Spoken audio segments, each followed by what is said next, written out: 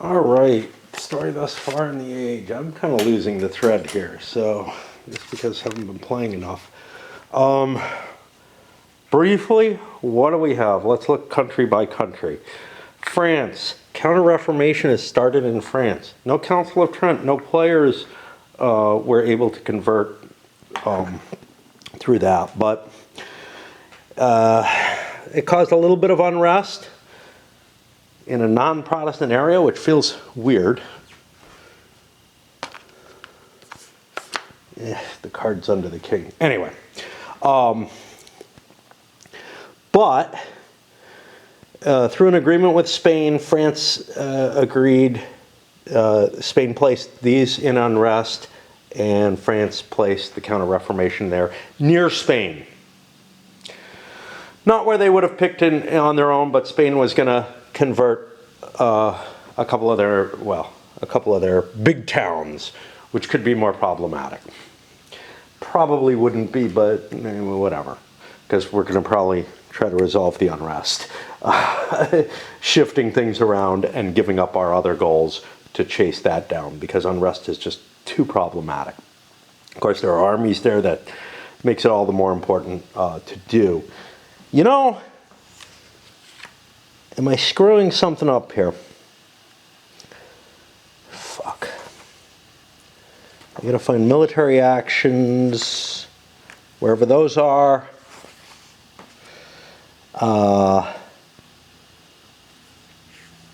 Suppress unrest.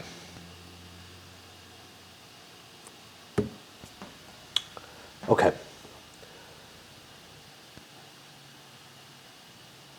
I don't remember how the Poles got that unrest cleaned up. Did they just do that with a cube? If they just did that with a cube, that's illegal. I'm leaving it alone. I can't remember, and my tea is ready to go. Okay. Spain. Spain has really not moved too far anywhere. They're in position to siege a town. That's about it. England, a mess of... It really wasn't by cubes that the Poles were able to fix their issue, because there's a bunch of... it was by an event. There's a bunch of unrest over here that they would have fixed if they were doing it by cubes. Okay. And the card did not specify that restriction. So we're playing okay still. Yeah, Spain, a mess of little problems throughout our realm, a couple unrests, a city I have to siege, whatever. The English, yeah, sorry, I got confused and thought I hadn't done Spain yet. The English, serious, non-sectarian rebellion going on there. And I haven't raised an army yet to deal with it. Had other things I wanted to do more consistently. I'm not sure why. Probably stupid, but no big deal, I guess. Over to the Austrians. They just started setting up so that they can... Did I put enough cubes in? Yeah, it's only 3. It's... The graphic congestion is so high that sometimes it's hard to tell what you need to do something. I could have just taken out more loan. Yeah, great. Yeah, I'm in trouble. Monetarily, Austria's in the shitter. They can recover that, but if things go badly for them, they could end up in a bankruptcy just through some random chance there. And the Poles are in pretty good shape. They haven't really advanced anything. They have a couple of rebellions going on, but they've gotten so much bigger in the round before this one that they feel really good, even though they've got problems to resolve now because of unrest. Everybody's got unrest on them. Turkey. So the biggest problem for Turkey and for some of these countries, is lack of cubes. And I went into that heavily last video, how I ended up in a situation where some of the countries just have no cubes. Basically, they were not putting the advisors out that they need to. And some of that had to do with the cost, with me misinterpreting the cost to keep cards. The Turks kind of were in a rebuilding type of turn, I guess. I don't know. I don't know what I plan on doing.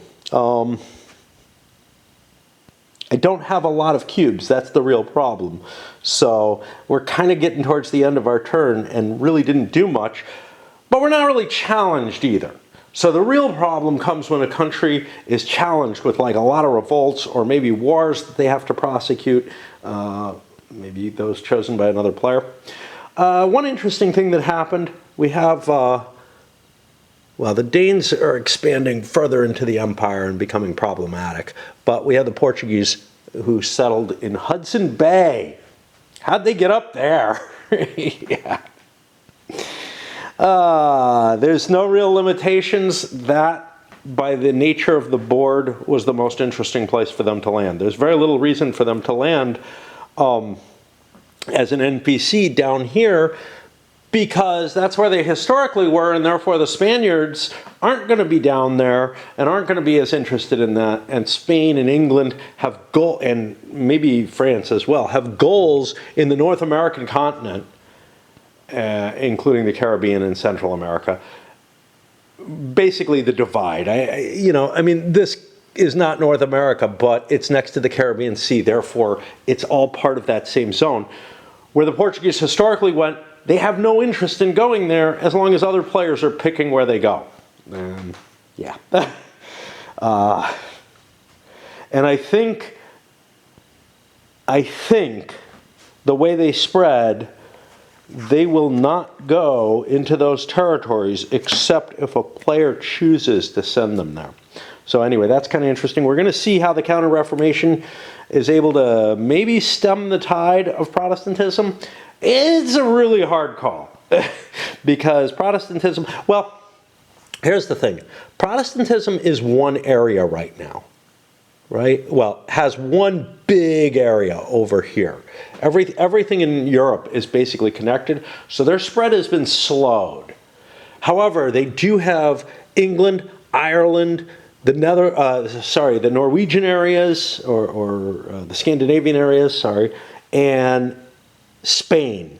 So they have a lot of different Protestant areas, a lot of different Protestant sections, even though this one big Northern European one has connected together, and that's slowed their growth somewhat. They still have a lot of room to grow. What hasn't yet? Well, some of the problem here is some of it's not going to go where you expect it to. Oh, we have no, that's part of the main European one. But Finland is not. Finland is new. As it conglomerates and turns into kind of one thing, or places like England no longer can expand because there's nothing next to them, well, then it slows down even further. But right now, there is only one Counter-Reformation area, and it's actually next to a Protestant area. So, yeah, there's maybe some possibility it just gets squelched right away. The Spanish didn't think about that too heavily. But it had to be within French territory, and that was the only real option. All right. Like I said on the last video, I am at the switch of a day for raid, so I'm going to be down there for a little while at least. I may try to come up here and play more.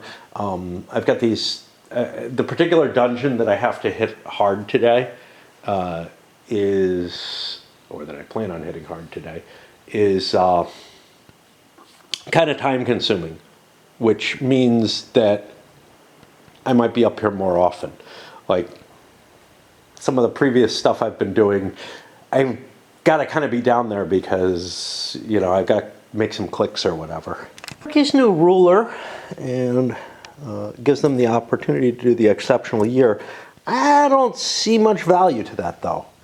All my problems have cleared. You know, what else could I do?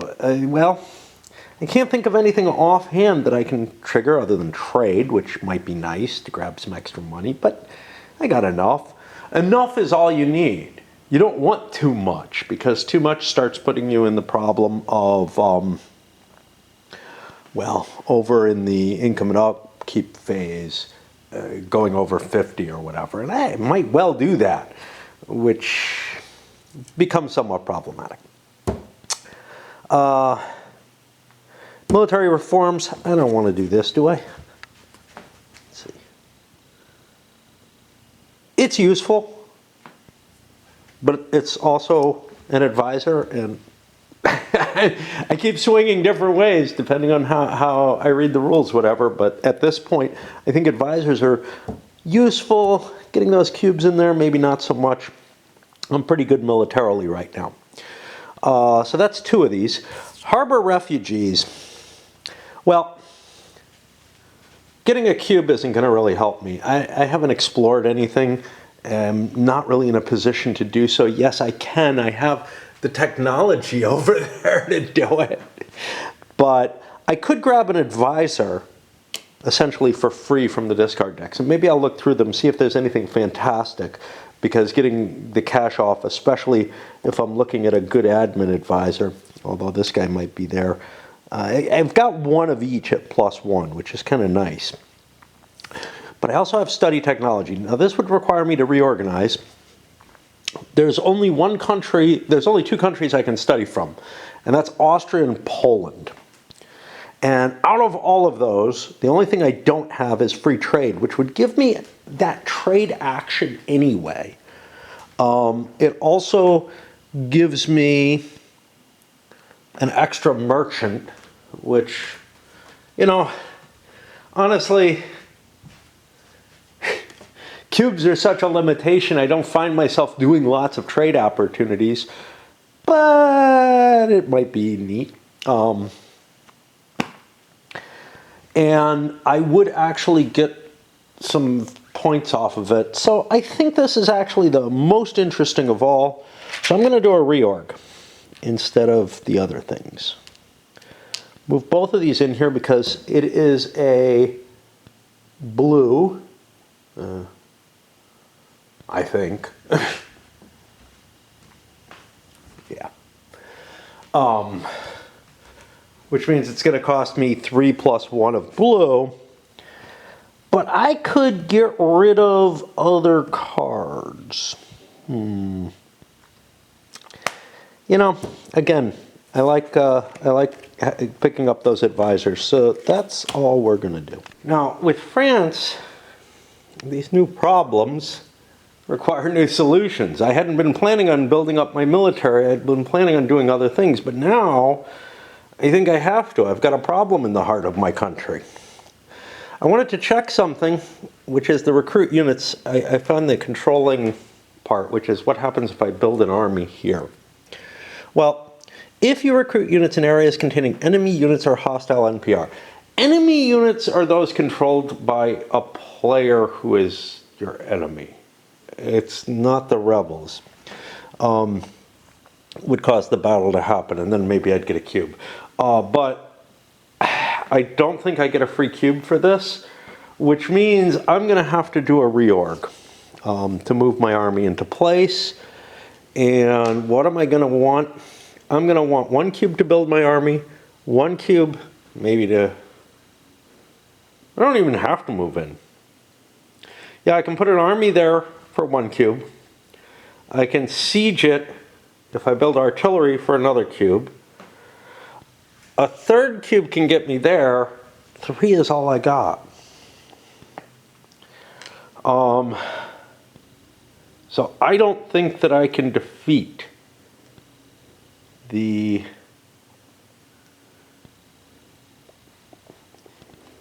rebel army and get a cube back from that. I mean, I could...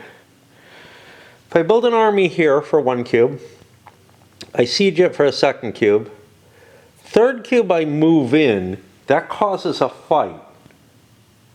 I might get my cube back that way. I think that's the way to do it. All right. Given that, Do I want to build the army first and then reorg?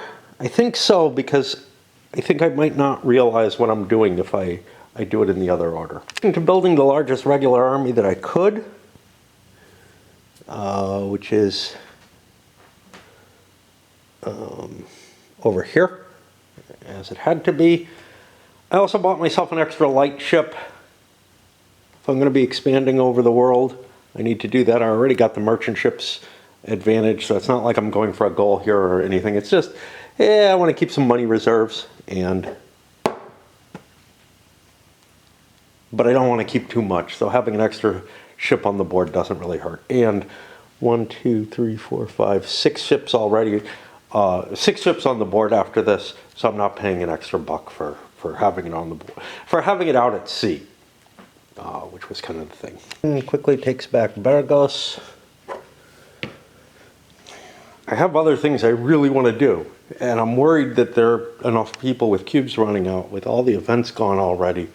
Wow, this could end fast, but I've got to take care of my unrest first. After I get my unrest under control, then I go for my other goals, because the downward spiral once your country is badly in unrest is just too horrible. Looking at how much it's going to cost me to build an army, and I'm going to need yet more money. So I'm going to go for the trade action again. I've got one more. I used one trader already. I'm in that same sort of position where I need to make more money to build the army that I want, because I'm going to have to rely on mercenaries for a good deal of my army. I was able to get both a English channel and a North Sea one. I took the North Sea one because of the lack of pirates. It ended up being worth a little bit more. It also let me shift a ship over to here. This is important because remember I have this maritime empire goal. Well, right now I'm at 1, 2, 3, 4. I need one more. That one more, I have to build a ship for it, but that one more could be over here if I get lucky and get a Lubeck, or it could be over here if I get, you know, either Bordeaux or Seville, or I could just sail the ship, right? With a military action, spend a cube to get this victory points, which, you know, is probably more likely than trying to arrange it through getting lucky with trade. But I got 7 more bucks. That gets me enough. I may have to go in debt still in order to buy another light ship, but I'm just in better shape after that. Austria, losing my ruler, but playing a subjugation. I now have a vassal in Berlin. Would have rather had it in Bavaria, maybe, kind of, but Protestants are more difficult to cope with for me. So, yeah, I guess giving up my ruler is probably the biggest cost, because I could go to war otherwise. But Poland, 2 quick military cubes, gets my vassal back in better order, moves this back around. You know, I'm running up and down to play raid. That's fine. But I still kind of like taking a pause after each round around. Just, I don't know. It's not like I'm not enjoying playing. Oh, wait, I got more cubes I gotta play. Fuck, I can't. I need to deal with the Bohemian problem. Now, my chances of a revolt there, yeah, they're problematic. Shit. Give me those cubes back. I think I need to build an army. I need to deal with that first. I got 2 of them I got to deal with. Fuck. Oh, that's painful. And Bohemia is quite far. Uh-oh. So I spent a boatload of money. I'm still at 50, Jesus. Wow. Buying myself actually not just an infantry army, but cav as well, because my leader comes with a cav advantage. Let's put him in charge there. He's going to march in and clear that off. I couldn't build this big an army in here and then just siege, right? 1, 2, 3, 4, 5, 6, 7, 8. 3, 4, 5, 6, 7, 8. You know what? What are they, $2 each? Give me $2 back. I'll build the, well, not there. I'll take $2 back and I'll build the army so I don't actually have to move and fight those rebels. Those rebels are kind of interesting, actually, because they might spread into Austria. And me building an army there doesn't impact them. Anyway, we're going to take our little break. Come up in a little while, you know. Sort of a, I don't know, play it a little light. Back up after a little rest. I played the study technology. That was against Poland, got me free trade. Doesn't give Poland any points. While I take that second slot, I'll get a point if somebody else grabs it. I had a couple of choices. Actually, all my cards were hits. I had 4 options. For Turkey, this is really rare. I'm able to hit a decent number of trade zones, actually. I didn't even look for Aleppo, but it's not on there. But my biggest payoff would be the Adriatic Sea. I could have gotten $8 from that, but it would give 5 to the Austrians, so instead I went with Black Sea with 7. I don't really need the money, but by getting this, I actually got myself hold on. Got myself another dude. I don't know where to put him. I'll just put him down here. Doesn't really hurt. But yeah, getting that free trade gives me a third one. My guess is that mercantilism will also give an additional one. It may give additional benefits. I'm not sure though. It may change things. It may keep you to 2, but make other people unable to hit some of your trade zones. That would actually make more sense. I don't know. France has 5 cards they like. They just did a reorg to get their military where they want it, but they're not going to fuck around with the cards discarding. Got to remember the new way of interpreting that role. It works out pretty close to the same. Just to say, if you have, you know, cubes you want to expend or whatever, and I think money, you can pull from here for one of the cards. That's not too different. What I was doing gave me an extra card. I would draw from these, and it would give me the chance to buy from here. One big difference is, if I didn't want to discard any cards, I could still take a card the way I was playing it. So it was a little bit more powerful. Throws away 3 cubes to resolve all their unrest.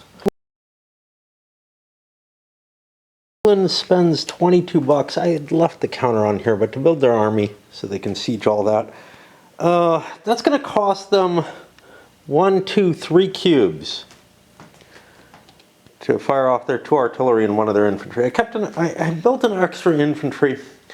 Mercenary infantry.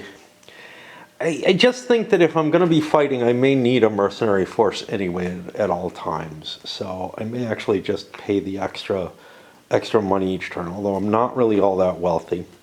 And I built myself another ship. Now, 1 more cube, 3 cubes to resolve the siege. 1 more cube could get me the Maritime Empire, or I could go deal with other things.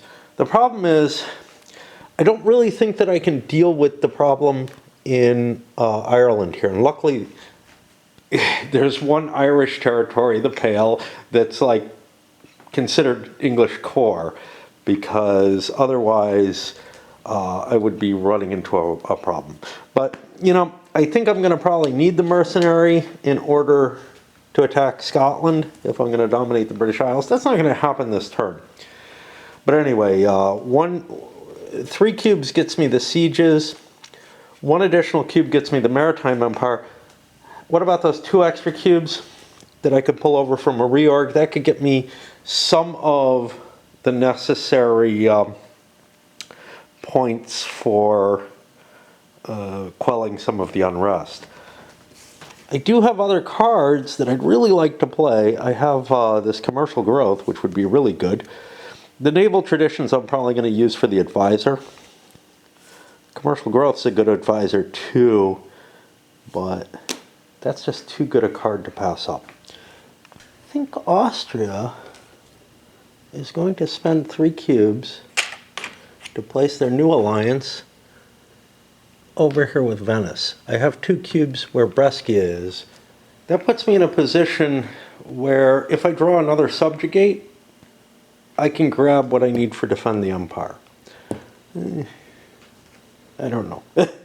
I'm also considering using this claim not to go into Bavaria where I have an alliance, which is kind of a bad thing, but rather maybe grab one of the other little areas over there and just conquer, you know, well, maybe not just one, maybe conquer the rest of the territory there. I can declare war on all 3 of these. I have a claim to the entire area and take everything but Bavaria. And that would give me a nice step up. On the other hand, I do have some unrest, so I probably want to get rid of that first before I think about it. But I have an army in place, and can't declare war. I would need a leader, and I don't have one. Yeah, all right, nothing easy. What I thought I was doing, I think I was thinking I was sieging or something. If I play this, I can move out and back in, and then we fight a battle.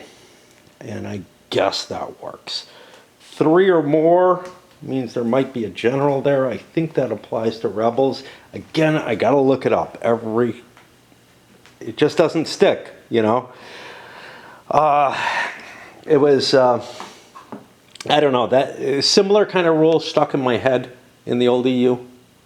Not doing it here, and I'm not sure why. I was going to say it might be the case that they're rebel generals, but I don't think so. That you pull off just the non-player rebels. There are specific rebel generals, but they're named people. So no. Lucky I looked in the right place under rebel units, not under NPRs, where I know the rule is. And yes, rebels fight exactly like NPRs. So we see if they get a general. And they do not. It makes sense that there might be a general, but it also makes sense that there might not be, because these rebel forces didn't tend it depends on what the rebels are, right? If they're nobility and whatnot, and upper class, it would actually make some sense. So what do I have here? I have this guy. No. This is Poland. I have my king, which is 2 orange dice, which is part of the reason why I built a cav. Get extra dice. There isn't much other help for cav. Cav doesn't operate the way you want it to, really. And Poland has no military capabilities whatsoever. How interesting. Okay. We hit the infantry there. But now it gets 3 dice coming back, and I don't have anything against. It hits me twice, exhausting these. That's a successful battle, so I get my cube back, which is kind of important. Turkey grabs the first pass over there, rectifies its money situation, grabs a couple of little advisors. Good call on, good question on one of them. It's an exceptional year. Those are useful, but, you know, SAR cubes. Advance performs its siege. I have a fistful of cards, not a lot of cubes, no real capacity to do much. My choices are either fix my unrest or fight this battle and prevent these from being sieged. I think it's the latter, but, you know, because, oops. I succeeded in 1 siege. It's a hard call. It's just, there's ugliness going on everywhere. Spells are tricky. Get some cubes. My goals are taking areas in North America. Well, in the Americas. I could do an exploration roll. That would maybe help me build up colonists, be able to turn a claim in if I get Florida or whatever. I think that gives me the Spanish Main one very attractive. Other possible goals. Well, I have both commercial growth and development. All right, I can live with those. And this military, not that big a deal. And I have a subjugate. The subjugate, if I get, let's see, this is an alliance with Savoy. I would need 2 more cubes in Savoy to be able to successfully subjugate it. I think that's going to be my prime goal because it covers a couple of the upcoming battleground and other stuff that is appealing to me. Or I could go for Burgundy. It's one or the other.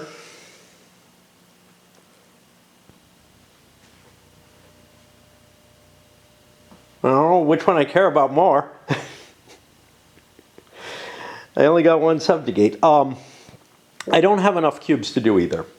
So what I'm going to do is I'm going to spend $3, get another cube, and put them here in Lombardy, and set myself up to subjugate Savoy. And retakes their 3 towns using siege. I can do that even though those armies are there. What I can't do is I can't cure the unrest using the standard military suppress unrest capability, which means I may have to do that little dance, fight the army. I don't really have the cubes to cure the unrest. I don't know what I want to do. It's basically the thing. Like, I can leave these there and hope for the best. But if more troops spawn, my fight will be harder. But my fight's not terribly easy as it stands. I do have some advantages. I have the cannons, and I have the Janissary capability. So, you know. This solves their unrest. A couple of them out there.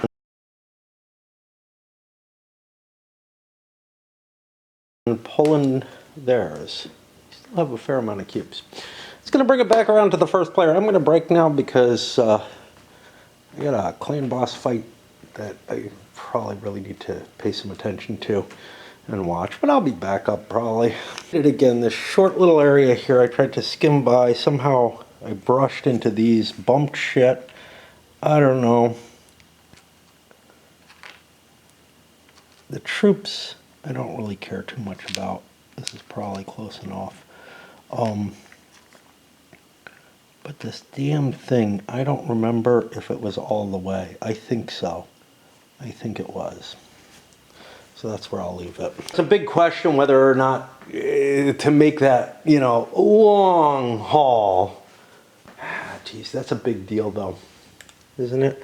Well, no, that's a cube. At the very least, it was at the unrest level, but, you know, it's a pain in the ass to go downstairs, check on the computer. Yes, I have this one here, but it's, you know, I'm using the table from it now. So it would be a pain to get running and check. And check to see, plus I don't even know if I have compatible software on there.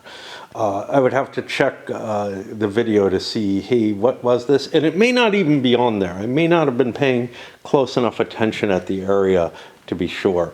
So it's like, I'm just evaluating that it's not worth checking. But man, it's such a pain in the ass bumping shit.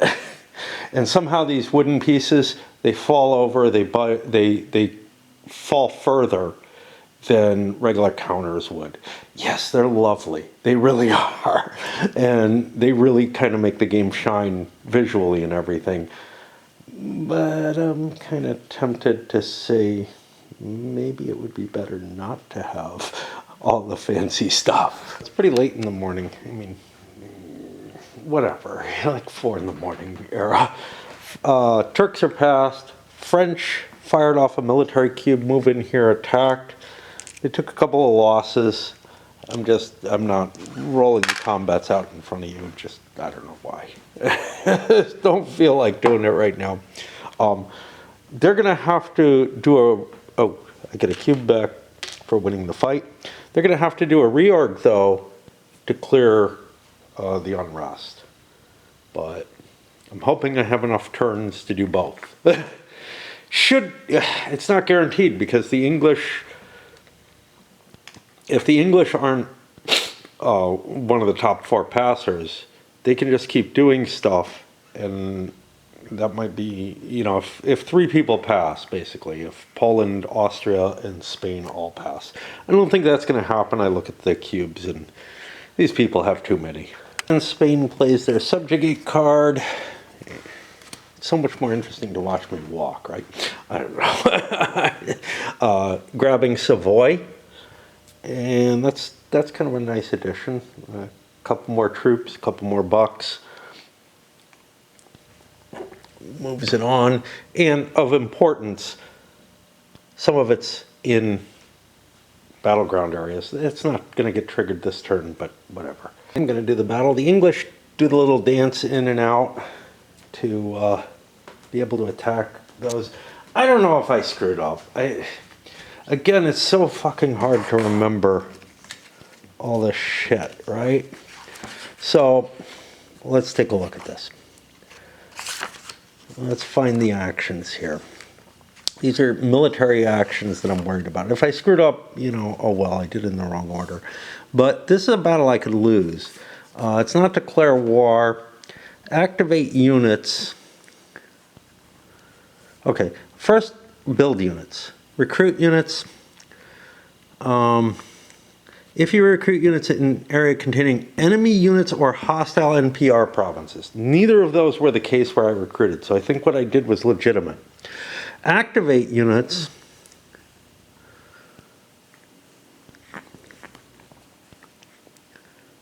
Entering a hostile or neutral area.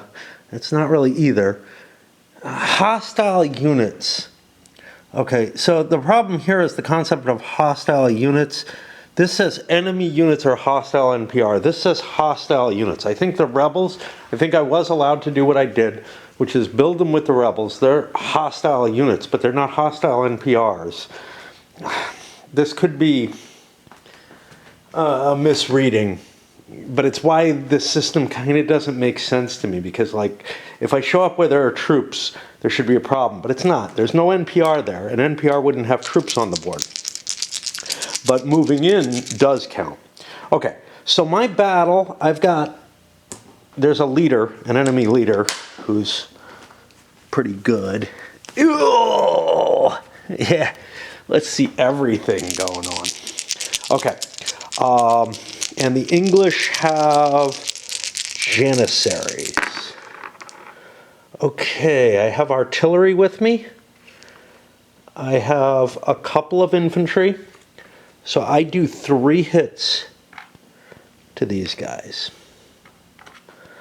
On the other hand, they get an extra die and have 5 units.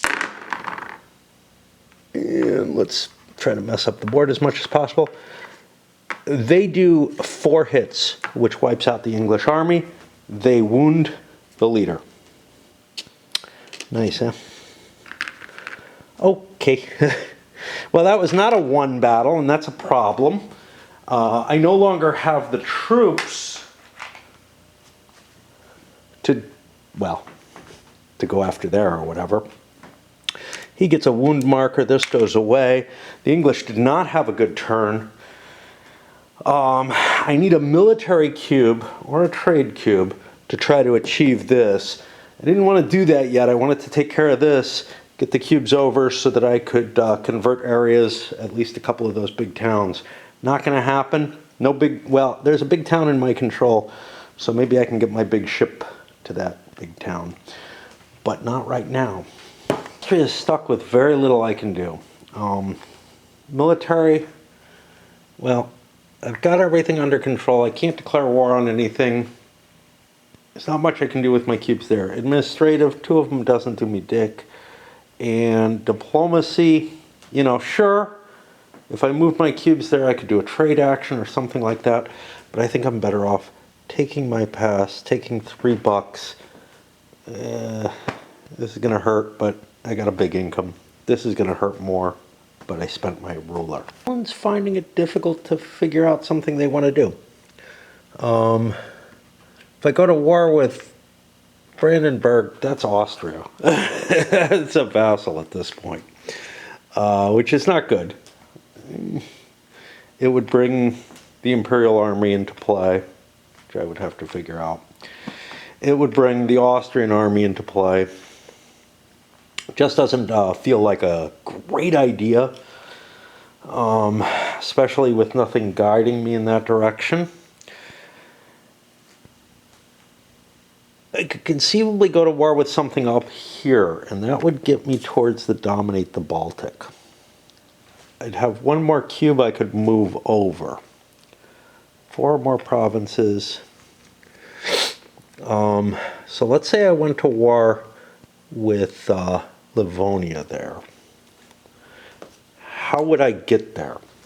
I have a small army that I could get there, but my big army would take 2 cubes to get there, unless I have like a forced march or something like that. There are cards that allow an extra movement. I think they allow you to go like 4. Tempting. Let's see.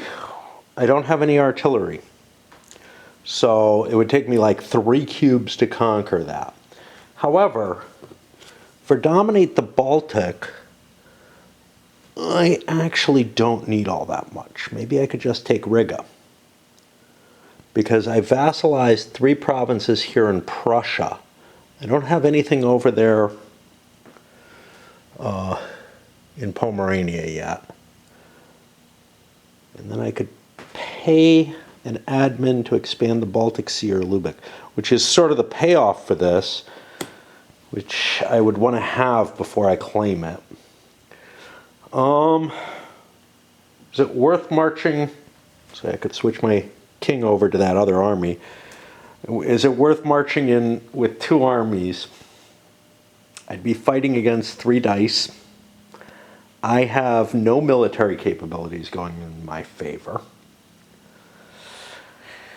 It seems like a bit of a stretch. And I don't really need money. Got plenty of that. So I think I too am going to pass. I'm going to be playing this card and paying off my debt and whatnot. Now it's France and Spain. If either one of them passes, it triggers the end sequence.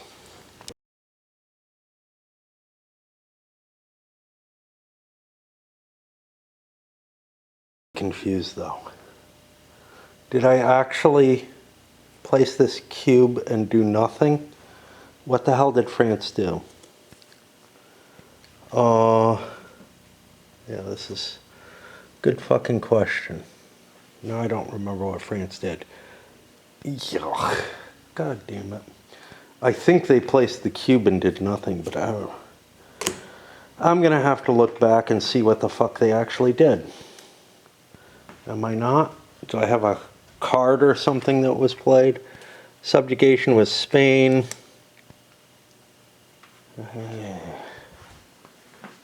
I just don't see anything, and I'm afraid that they played theirs, and I don't know how to cope with that. They didn't fight, did they? I mean, I was just here.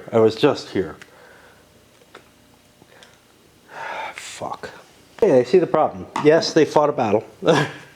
And wow, it is really annoying when I pan over walking. Wow. I'm sorry, folks. All right. So the French already have a cube there. They did their rearg. They got their battle cube back. Oh, what do they fucking want to do then? I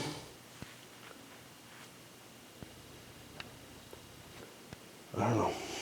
Is there anything over here? If I walk more slowly, maybe it's not as bad. Got the merchant fleet. Yeah, I don't know. This is not good.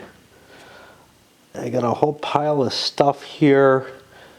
Exceptional year, can't do that without putting somebody down like this. Now I could buy this guy and then do an exceptional year. That might be my best move because at least it gets rid of one of these damn unrests. I have no other way to get rid of the unrest. And it'll take a diplomacy and a cube, a military, to do an exploration, which might be worthwhile. Okay, so for $2, I waste this card over here. It's a good card, but it's also a good advisor. And there we go, walking again, right? That costs 2 of that. Then I play an exceptional year, which is going to let me fix one of my provinces. I don't know which one. Let's fix the one where I don't have the military, because the military can fight if there's a revolt there. And that gets me 9 more bucks. And the reason I needed to play this was to get that up to 3. He plays this development card. The reason being it has missionaries. For a relatively cheap cost, I can start converting areas. Sounds like a great idea. Religion is my biggest problem right now. I'm not sure which area I'm going to convert. I can only do 1 at most in this cycle. But, you know, starting to trim the Protestant problem seems like a really good idea. The option would have been to improve my stability. And then there was also this commercial growth, but that definitely does not seem like a good idea. I think getting the root of the problem is important, but the thing is the stability is going to cause problems as well. So I'm just in a really bad place with the Spaniards, but I was going to get the unrest off -2 even if I improved stability by 1 point, which is the most I could do this turn. English, I had to do a quick lookup on the return for cut costs. It's the range of the ship, so I can get to Essex if that's still mine. I can't make it to London because London's tucked in here and only on the English Channel. The reason that's important is I have this commercial growth which could build me a bigger town, say here, that I could land at.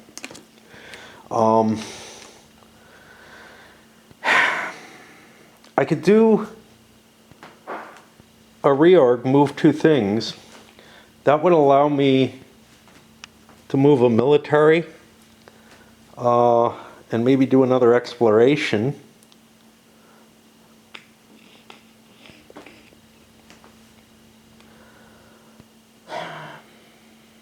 With other cubes. This is tough. I could just move a ship and win this. And then I would get a claim in Andalusia or a territory with an opponent's weep next to my ships, which could actually be a claim to say over here. Gotta look at my goals. Dominating the British Isles is not happening because I still have a revolt and I just don't have the forces to deal with it right now. Where do I want to claim? I already have a claim against the Dutch. I already have a claim against the Spanish.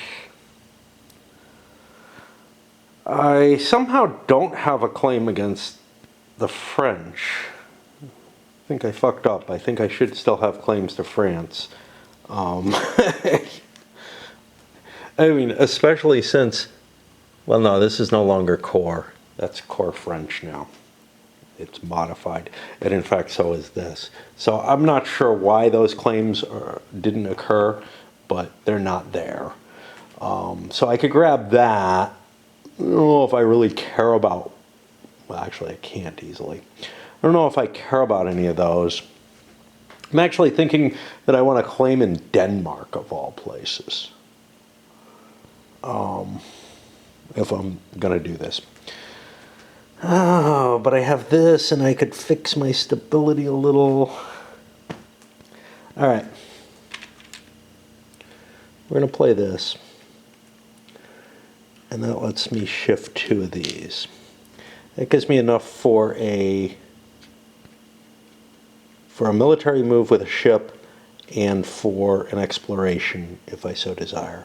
The admin points are not enough for me to fix my stability, but okay. And what was this? Commercial growth. Yeah, I could do that. Or I could have Pierre here. Brings us back around to the starting player, who's passing as well. Some of these people passed. But, you know, honestly, I'm too tired to push on a little bit more. I went 2 rounds instead of 1. I was only planning on going 1, but yeah.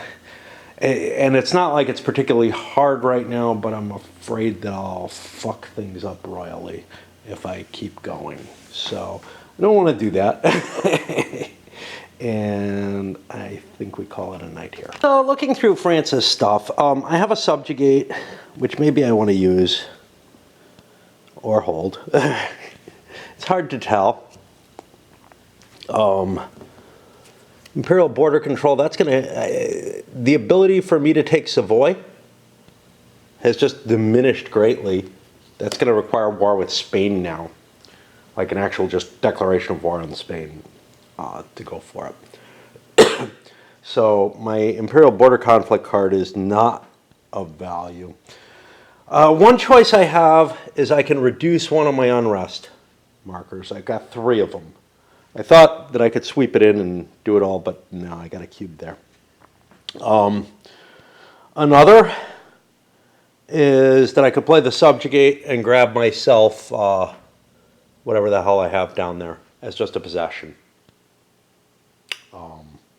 I don't have enough cubes to grab Provence, which would cost me 3 cubes. In fact, I have none. You have to have the cubes already on the board. So that's not a possibility at this point. That would be appealing, actually, if I had set up for it. But the only cubes I have anywhere in France are in Burgundy, and no chance there. Rolling 3 dice seems kind of shitty, like kind of risky. But the other option is to go for, see if I can get the Gold Coast there, which is sort of the only freebie down there. Otherwise, I have to kind of start invading places or maybe get some kind of event that lets me go into Africa. I haven't seen any such events, so unless the Portuguese have them or, in their national. I'm torn, you know, and getting the exploration out of the way would be a good thing. The revolts, I got these covered. I think I'm going to go for the exploration. I'm just really not in the mood to keep trying to maintain my situation. And so this is an exciting die roll.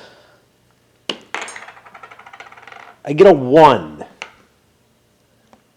Okay, on this continent there are no 1s. I think that means I just fail. So Africa is tougher to explore, I guess. Wasn't expecting that. Explore is a generic action, actually. So this was probably really dumb. Result with no, discover a territory matching that number rolled, or a distant area with an NPR province. Wait a minute. I can discover. Any discovery made must be adjacent to your realm if you have this, one of your ships. Place a claim on the discovered area. Okay, I can discover anything real. I didn't realize this. This is actually a bonus result for me. So I look here on the Guinean coast, own 2 of these distant provinces, Mali, Gold Coast, or Benin. Kind of doesn't matter. Mali's harder to fight. I'm not going to have a huge army. Let's go take Benin as our claim. That's really interesting. And so I'm guessing that just finding these things is going to start, just like with the Spaniards having a claim there, it's going to generate cubes for a desire to go there. Whether I don't know, the claim doesn't really help me colonize, but it generates a desire, I guess. I'm not sure. It's got to do with the way things are worded here somewhere. Add equal to their number of colonial. Is colonial defined? I don't know. I don't see it here.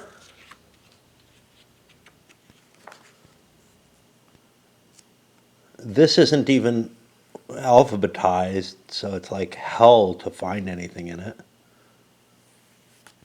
I don't see it there. We look here and see if colonial is defined. It's not a colony, it's colonial. Colonial claim 10, 12, and 14. Okay, well that's a lot more mentioned than I thought. 10 is where it's generated. 12 is exploration. Hold on. Here it is. Bleep, undiscovered area. If placed on vacant territories are called colonial claims. Okay, the Spanish aren't getting these. There we go. So that solves that. Because that's not a vacant area anymore. That is a town essentially owned by Denmark. Now, I probably cheated at least once. I don't know.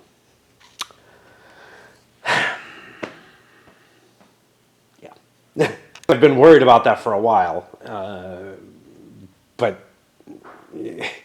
having to dig through, so the definition of the term is here. That's a little weird, right? But, of course, it is where I kind of needed it in terms of exploring.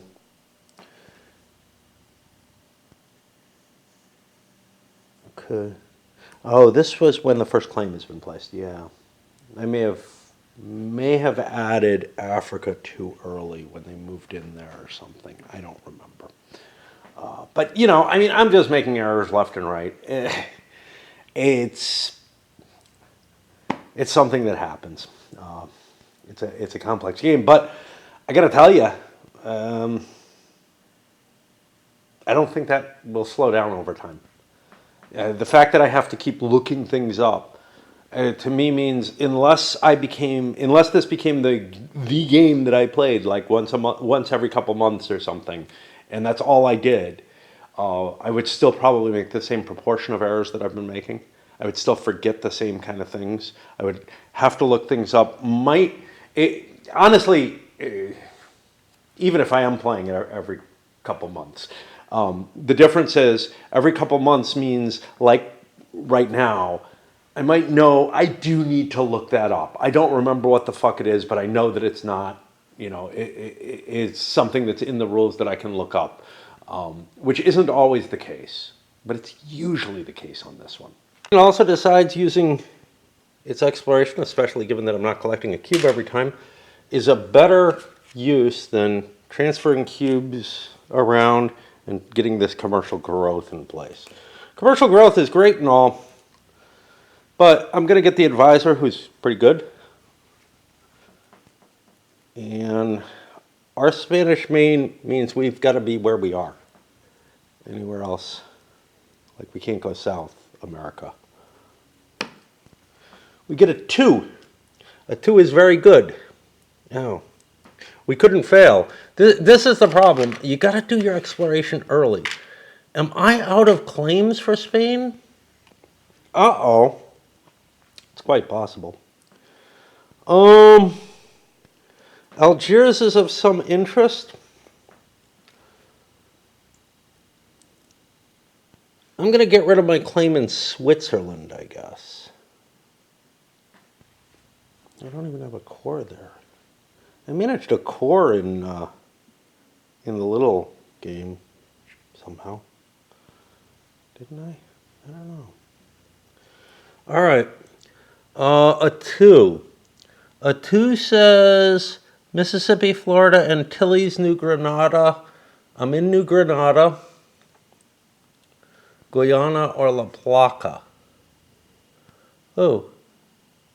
Is that La Plata? I could have gone south. I should have... So south, there's only one number that can work down here. Okay. We'll take claim to Florida. And that way we'll start getting our cubes back. Oh, I'm going to leave what I did as it is, but I have claim over there that I don't actually need. Okay. So that was successful exploration by both players, actually, which is pretty fucking impressive by my book. I try to get things out of my mouth, and I'm not sure I'd succeed. So in this case, what I was trying to say, and I think I just wandered to something else and didn't get it out, was you want to make your exploration rolls fairly early so you have the extra cubes to pay for them. What I'm doing is I'm saving them for last because they're less important, but I might lose a ship that way. So that's something to keep in mind. Anyway, I'm on England. That's something of a tough call here. Commercial growth is in my hand. It's a good advisor. The advisor would be helpful. However, I'm going to play it for the growth itself because my income is so fucking low. And where do I want to put it? I want to put it here in Wales. Yeah. Not there.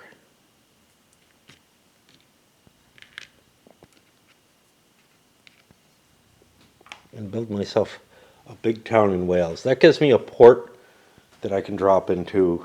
I could drop into anyway, but it gives me a port on this other coast, which is interesting. Not historically, probably we're talking here at Plymouth or whatever. Call it Wessex. Okay. This is pretty much at the end of the road. I pass. My $1 pays for this advisor. I could have again played the subjugate card as an advisor. Much better card. Would have cost more money. Money's not really an issue. But that's such a valuable card. I just can't get rid of it. And I've been holding it for a long time. But it's so important. And I could always just play it and grab that. I don't want to yet. When it has a value of that sort and an advisor that high so that even if somebody who says, I'm never going to subjugate anything, they'll play it for the advisor perhaps, if they have the money. But anyway, a card that valuable becomes scarcer than it actually already was. Because as I start to realize it's valuable, hey, France is holding on to theirs. It's not going back in the deck. That's one reason I kind of liked the way I was playing before, where you have to pay a couple bucks per card. You've got it in your hand, not per new card. Per new card that you add, I mean, sure, it gives the countries more power. There's no question of that. And of course, the countries with lots of money could hold more cards anyway. So they had more power. So, it kind of balances things out a little bit in that sense. But there was something kind of nice about, I'm never going to fucking use this, and just throwing it, even if you had it for a while. England's time to explore. Now, I could explore here, but that doesn't help me. What I want to do is explore in a way that helps me reach my maritime empire. That could be moving this ship, this is a B, to Africa is too far to colonize, but I could explore it. But then I don't get that. Yeah, I wanted to go to Africa, but that doesn't do me the good I need. So I've got to go to South America to get that. Now, that's sad, because I've got an event card. I've got a mission card that, these are called missions, right? Yeah. And these are milestones. Okay. I've got a card that gives me points for colonies in North America, basically, next to the Northwest Atlantic, which, honestly, I couldn't have found. All my desires were here, and Spain couldn't have found this. I didn't see that line there. Fucking hell. I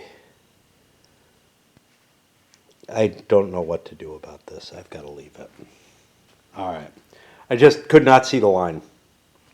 Like I said, the map does introduce some issues, at least for me. And I don't know what could be done about it, honestly. I don't know. Improve my eyes. But anyway, I have a set of things that basically I want to be next to the Northwest Atlantic, the Southeast Atlantic, the Indian Ocean, you know, all the places where the English have expanded. South America is not one of them.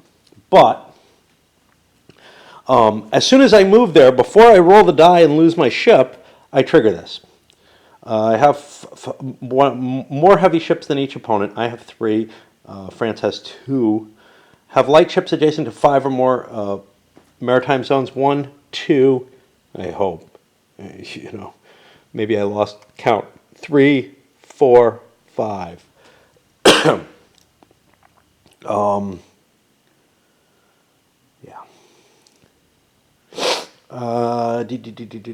Effect. Gain a claim in Andalusia or a territory adjacent to an opponent's, with an opponent's, adjacent to one of your ships.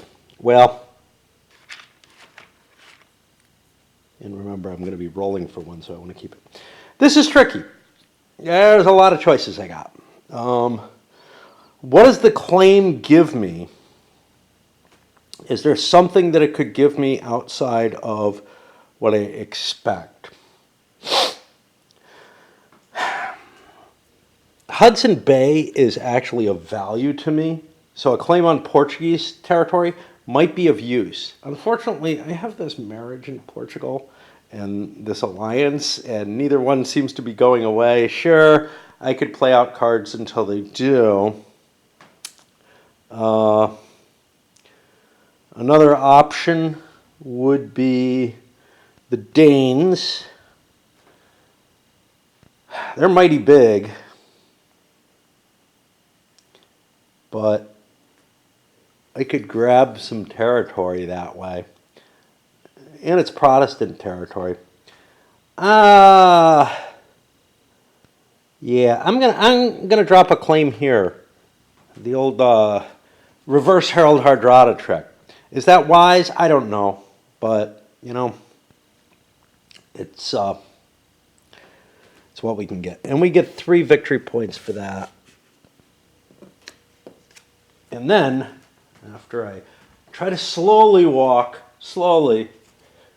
because otherwise it is hellish, and I know that.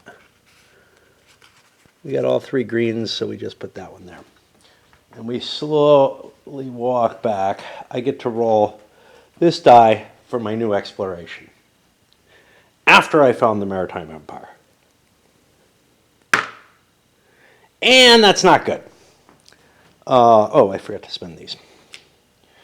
That's a 3 if I'm willing to do something. Spend a diplomacy. I don't have a diplomacy. And this is my last chance. So I couldn't have I already rearranged cubes. So I got a result with this. Pay 1 to discover a territory matching, or fail exploration and remove one of your ships on a distant continent. Okay. So the English lost their ship. It's not a big deal in the sense that I didn't really want to find South America. But, you know, the claim would be useful. I could establish a colony down there. That would be fine. There are very few multi-trade zone locations. Quito is one.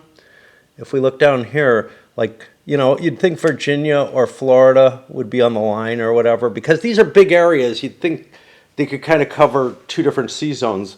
Like much smaller areas have towns all over the place breaking multiple sea zones.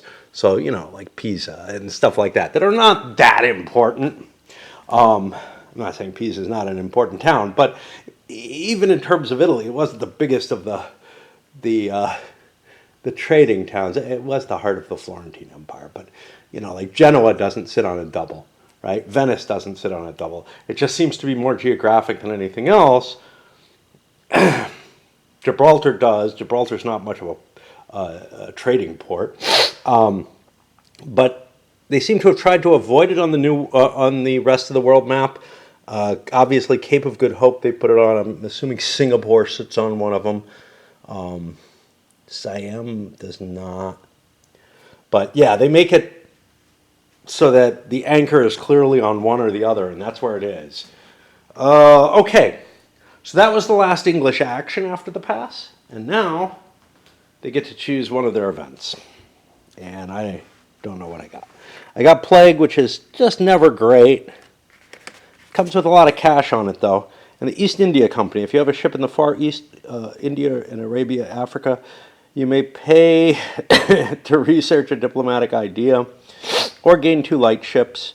Nobody satisfies this, but then I get a free trade action. That might be worth it. The other side is Plague.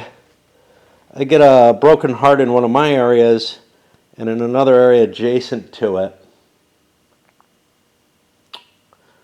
I mean, I could mess with someone else. Only players remove their units as casualties. The rebels don't. I could drop somebody's large town to a small one. Like I could, you know, I could take it here where I'm not getting a lot of income anyway necessarily. Well, yeah, I am. But yeah, I could take it in one of my areas and then maybe project it into the French. But this just looks like a real loser comparatively. So East India Company it is. And I guess the net effect of that is I get $4 and a trade action. That would look like good cards here, right? North America and North Sea. I decided to go check those out. Yeah, I've already traded in both of those. I did too many trades. How come I don't have money for all those? Seville is also a possibility, but the most I'm going to get is the minimum layer, which is $3, and I'll be giving Spain money, so I'll just take 2 for that. I wanted to talk about something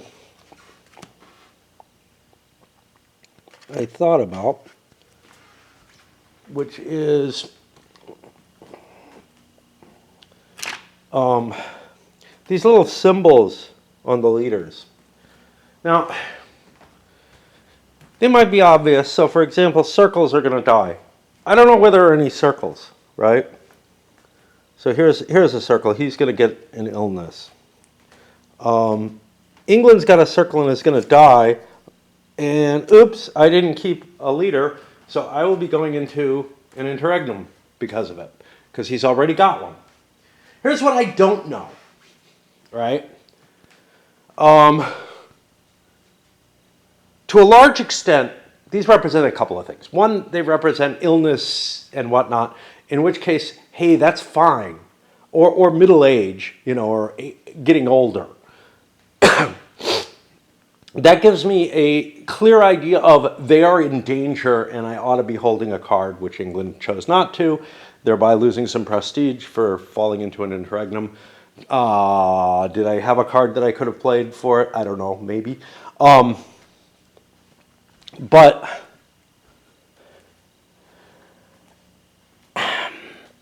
it's kind of hard to plan because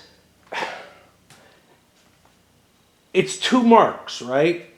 It's 2 marks. And what you don't know is which marks have been designed for each deck. I wish it had actually been something that relates more clearly to the deck numbers as to when they happen. Now, look, obviously, they ended up weird. Like, Elizabeth ended up showing up too early, but she also ended up dying too early. But I think it worked out fine, right? You know, she got about the right lifespan. But the thing is, in the original EU, sure, leaders can die at random, and I would say that should be a possibility, but that sort of likely old age of death for a ruler ought to be kind of known. So if this is an old age event, and there's no way to tell, right? But if what it's representing is the most common way of dying, which is age, I should kind of know how old Francis is, right? I should know what the chances of his little thing coming up is. It's a fine mechanism game-wise, except that, like, you know, I don't know. I don't know what the pre-programmed distribution is, and maybe I kind of should. Just like a lot of stuff, maybe you kind of should know the decks and everything, certainly to play it effectively, but to play it in a way that feels historically believable, it's kind of hard to say, yes, well, again, what are you as the player? Are you the gods of England who know everything in the future and are able to, like, plan for it that way? Or, and I find that that sort of breaks, you know, my illusion of what the game is about. You know, it's kind of like if I'm playing a World War II game, I don't want to play Germany with the goal of, let's say we're doing a grand strategic type thing, like a Hitler's War or Third Reich or whatever, any of these big guys. I don't want to play it with the goal of lasting until 1946. That should not be my goal for the game, right? That I shouldn't have that in mind at that point in the game. Maybe at some later point there's maybe you get a draw if you last beyond a certain point or something. But my goal for winning the game should be coming out of it with as much territory in Europe as I can get in a stable situation. You know, no war anymore, whatever. Similarly with Japan, coming out of the war in a stable situation. Does that mean you believe that you can win the war outright? Not necessarily. What it may mean is that you predict that, like, your model for the world and your understanding of the rules should include some idea that the U.S. won't fight too hard for the Pacific when it comes down to it. You know, as opposed to the historical, right? Now, I can look past that because I see no way past that, right? If I want to play a game that models World War II and does it historically, well, short of deceiving one player as to what the rules are, right? Or adding a lot of real what if that, you know, might be offensive or might completely, you know, just completely misrepresent the reality.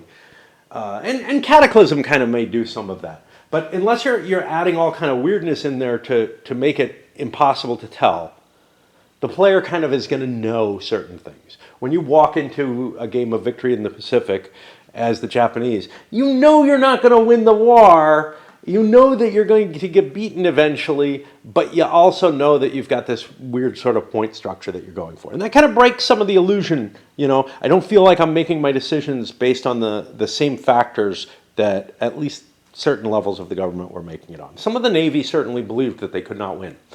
But they also believed that they could hold a perimeter and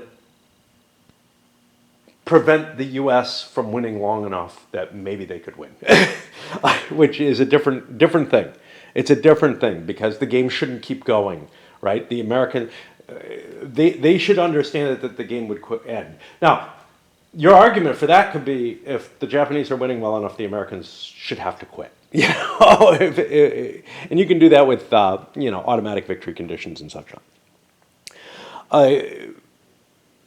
But yeah. I feel like the way this game is intended to be played, where you know what the structure of the event deck is and what events are going to come ahead of time, is one that's similar to knowing what the pattern of World War II is going to be and playing to that pattern instead of playing historically, right? Now, it may be the same thing in something as abstract as this. I don't know. But anyway, having to do with the rulers, yeah, I mean, what does it mean historically for me to hold a ruler card or not?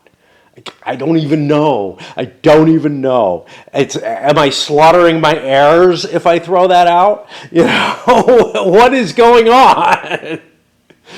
So if you try to look too closely at what you're doing in the play in this, it does feel like it's too abstract to really sustain that kind of suspension of disbelief. But having, you know, this king is going to die. Anyway, let's go on and handle this card before we go to the events of that one, which is what I'm talking about. I think I already pointed it out. What do we got here? We've got a native uprising. Each player loses 1 cube off the colonist pool and gains an unrest in a distant. You may choose to ignore one of the 2 effects. Well, nobody has cubes in the colony. I'm not going to take an unrest. Who else has anything? Just Spain. So their colonies are in unrest. And this card goes away. Okay. Then the final one, the money goes away. The event does not get played. It's cool. It's not a really historical event. Pirates. Place a pirate ship into the trading mode with the most nurture. Okay. And we slowly walk over here. We really should have these near us, but who's got the most merchants? It's up here. Ah! It's getting crowded up there. It's the only one with 2. Okay. Anything else happen? No. All right. Spread of religious ideas. Spread infectious faiths, alternating between Protestant and counter-reform, starting with Protestant, into adjacent areas. Preference goes into areas with at least 1. Then to areas with provinces of the highest total tax value, break ties in alphabetical order. Okay. Areas with at least 1, but I don't count the total number. It doesn't go into the largest area, but it does go into the largest tax value. Okay. And I don't know. So,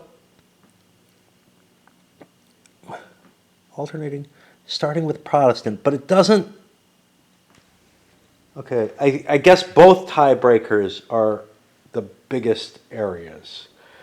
This is going to be hard to figure out because now I've got 2 of the faiths and I have to figure out the Protestant faith that's going to expand, with a Protestant cluster that's going to expand first.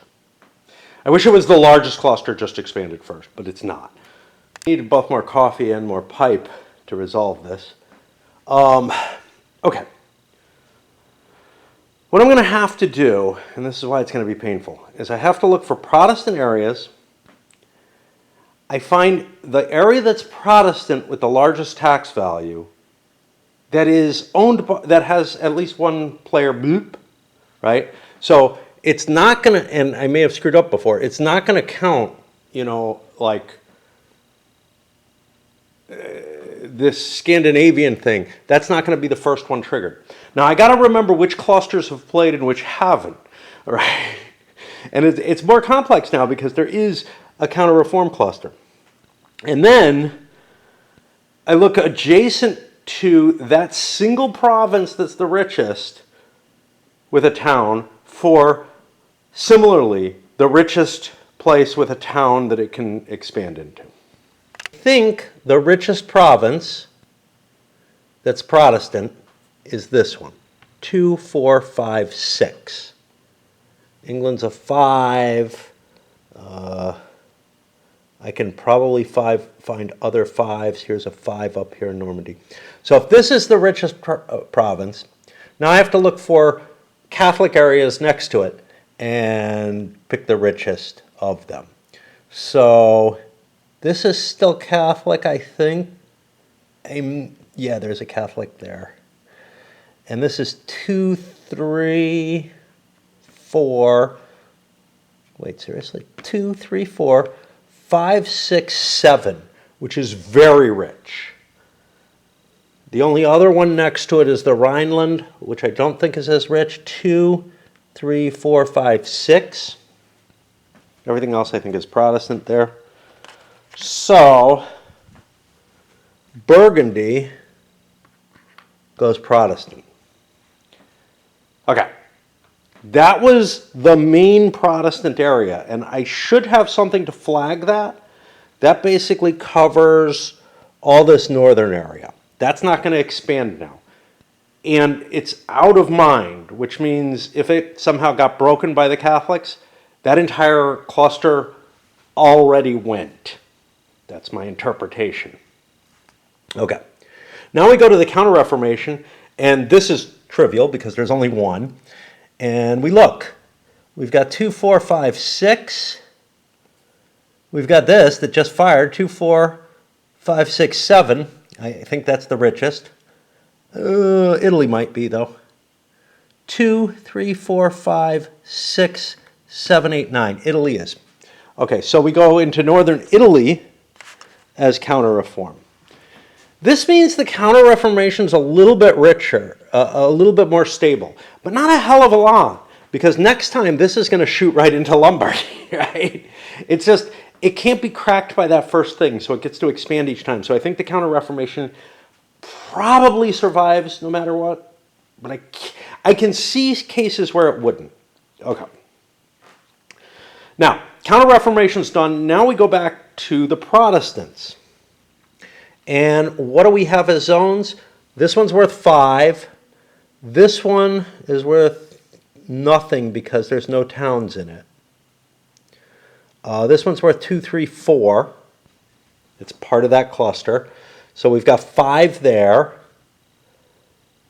There's no towns up there. This whole cluster has been done. So which one was 5? The English. The English are 5. Now I don't know if this would blow their chance if they get a failed cluster that can't go. I think not. I think I would have to keep looking. Is there anything that I can reach from this cluster? Everything here is Protestant. The only thing that's not that's next to this cluster is Scotland. So Scotland goes Protestant. Now, this is where it gets weird. Does Scotland go Protestant off this 3 blinker? And therefore, this cluster is not in consideration for that. I think so. I think so. I'm not going to worry about it. But I think actually we had to process the Spanish cluster first. This cluster down here. Now this cluster is only a 4. The Scottish one was a 4 as well. That was Wales would be a 4. This would be a 4. Ireland's a 4. Now, Leon is an L. H-I-J-K-L. So I would have been first. So Ireland actually would have triggered that. So that's important. Ireland's out of the picture. They triggered that. England's out of the picture. They don't reach anything except Scotland. Okay. I don't think Ireland reached anything except England anyway, so Britain. Okay. So now we go back down here. And because I was before L, that was the only reason.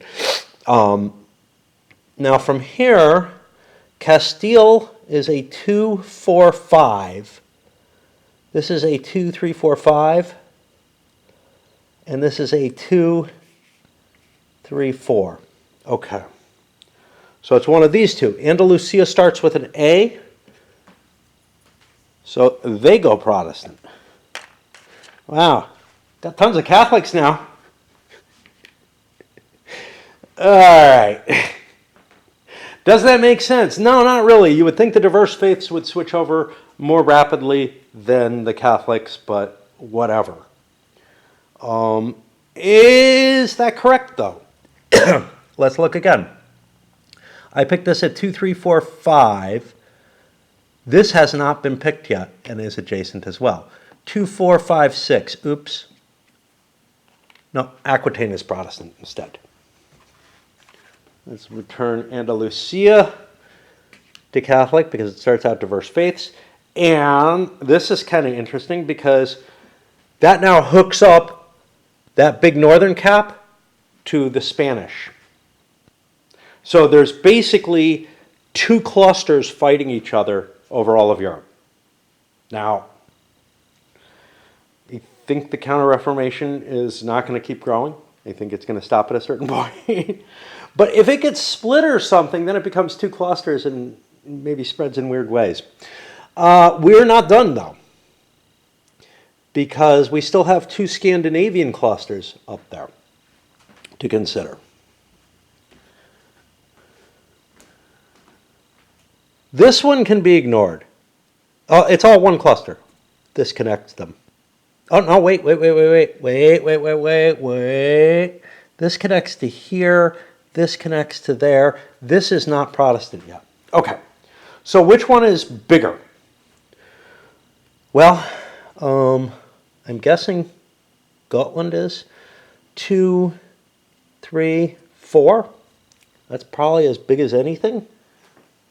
I think this is just a 2. Sometimes it's hard to tell with the capitals. So the Gotland set is next. We look over here. These are all Protestant. Everything that I can reach along the northern cap. Okay? Which means Protestantism won't spread this way, right? Because it's focusing down in the richer areas down here. It's all connected. It has no interest in going that way. I don't know if that's a historically... Some of it seems historically accurate in the sense that Poland wasn't really converted, right? But it feels like it's for the wrong reasons, right? It doesn't feel to me... Well, so population centers should be the gravitation of where Protestantism probably spreads the heaviest. Richer and areas with more of a middle class, etc. That makes sense. So the idea of it moving into the richer areas makes sense. The idea of clusters so that it doesn't just swarm out in every direction and it does get represented makes sense. I'm a little iffy on the idea that if there's a chain of Protestants, that only one area would get converted. That feels... Ooh, somebody's jumping around up there, I'm betting. There he is. I don't know if you can see him. Hi. But, as a mechanism, it does most of what it should. And maybe as Protestantism gets to a certain size, it's, it didn't just take over everything. And also, if you have the Counter-Reformation in play, it may represent things better than what we're seeing. So, yeah, I have one more to play, right? I have to play from here.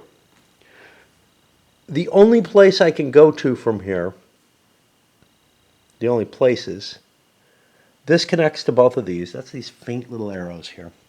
I think this is the only place I can go to.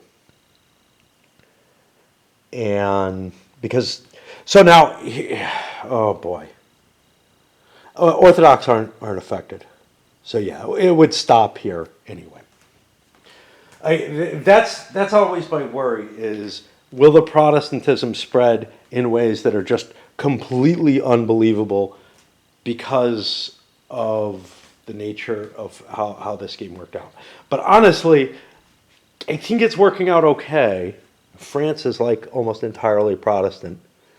They ought to just change religion. The cost is so fucking high. Okay, I gotta swap batteries and then check for deaths, and I'll give a report back on the deaths. So Jan Kazimierz took a sickness, and of course Francisco, King of England, is now dead. I'm thinking about how these markers would please me better. And obviously it's going to be a more complex system, not by a lot, but mechanically more obnoxious. First of all, the cardinals should be linked to it. Maybe you should have to promote people to being cardinals, whatever. I don't want to get into that. I haven't thought about that too much, so yeah, I mean, it just came up in my head. No, what I think it should be is each time you take an age marker, either through wounds or otherwise, you roll a die. And maybe it's got a 50% chance of killing you. Maybe it's got a 50% chance of putting the age marker on you. Because first of all, you should be able to die in battle, you know, at whatever age Charles XII was, you know, or whatever, you know, you should be able to die at any point. A wound in battle, and it can happen in battle. You collect 2 wounds, whatever, you know, in a single battle if it's a long fight. Now, that's not a single battle, but it's represented as such in the game. In a single period of conflict, and it's all abstract. So let's just leave it there. But it also represents things like sickness. Serious sickness could take somebody out real early. However, you shouldn't die on collecting the second one. It should be more than 2. And I don't know what number it should be, right? But every time one of those symbols comes up that has a death symbol on it, everyone should get an age marker. and then there's a certain point at which, and maybe the die roll is just based on your age, or at least the die roll for the non-battle version is just based on your age. And, you know, like, hey, you got 5 of them, you got a 5 in 6 chance of dying. You know, you got 6 of them, you're dead. That would put a maximum age on everybody. Now, would that number combination work with the deck? I have no fucking clue. But something along those lines would work a lot better for me. Obviously, you can't be having tons of piles of these little heart counters on each leader for that. But I just feel like that would represent the reality a little better, and it would give players a feel for how old their character is, how likely to die their king is, or their advisor.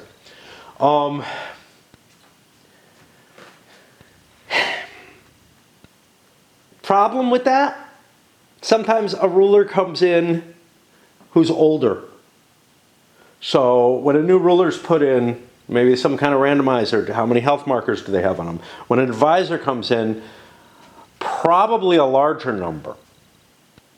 Because seriously, how likely are you to have a competent, someone who's competent and knows how to work the government and whatnot to get what they want done, and youthful advisor, right? You know, there's a combination of things. Just sheer talent, experience adds to talent, but also connections with other people and the importance that you're raised to. So unless every position was entirely, you know, you could design a system, and this is not what I'm suggesting here. You could design a system where there's hereditary advisors who, you know, you'd have basically able to take over. They would get one of these important positions no matter how competent or incompetent they are. Those should be very hard to put a good advisor in, right? You'd probably have a lot of zeros in that case, and you'd have to use them. You know, you'd not be able to replace as freely as you are with this. In terms of the replacing as freely as you are with this, you're putting men of importance into place who can activate things. You're paying a certain, you know, cost in terms of your royal making both their own political effort, but also their own willingness to cede that power and their willingness to push other people to accepting that power and everything. So yeah, I think for the kind of model that we're seeing here, it would make sense if maybe they came in with like a minimum of three hearts on them. Now, it's a lot trickier with the rulers because a really long-lasting ruler might have a very old heir. Or maybe not, right? You know, I mean, sure, Charles III is old. But he could have died already. right? Or somehow else been excluded from the crown. And you can kind of look at it that way, and it's like, wow, it really becomes kind of random. And, you know, unless you're going to do something like is done in good old Blood Royale, where you're keeping track of all the people. And that's what Crusader Kings does, by the way. It keeps track of everybody in your family. And I really like that system for that. I think it's fantastic. It's the computer representation of Blood Royale's concept, and really does it so much better. Now, the fact that people took the old EU and tried to make a Blood Royale mod for it shows you how much of a desire there was for that kind of thing. Now, that happened, I think, before Crusader Kings came out. Perhaps before the EU computer game came out. but because it settled in so quickly. It was like, so the thing with Blood Royale is it's maybe not this period, but the age before. It's not set in the medieval era. It's set in kind of this kind of period where you're having these religious wars and whatnot. Okay, the religions aren't in it, but you get what I'm saying. The intermarriages and everything. You get much later than that period, and the intermarriages become a little bit less intrusive, I think. I mean, if you're thinking about, so I guess the tricky thing there is I'm always thinking the kings of England, right? And the kings of England, once you get to the Hanoverian dynasty, you're kind of looking at people who, England's so powerful and everything, you're kind of looking at the marriages that they were making for their rulers as being generally minor nobles, not that minor, but, you know, not kings, not the emperor. They were generally looking at minor families from Germany more than anything else, because they were all considered to be at sufficient stature to marry into. And I guess you could make the same kind of argument, you know, when you have a de Medici marrying into the French royal family.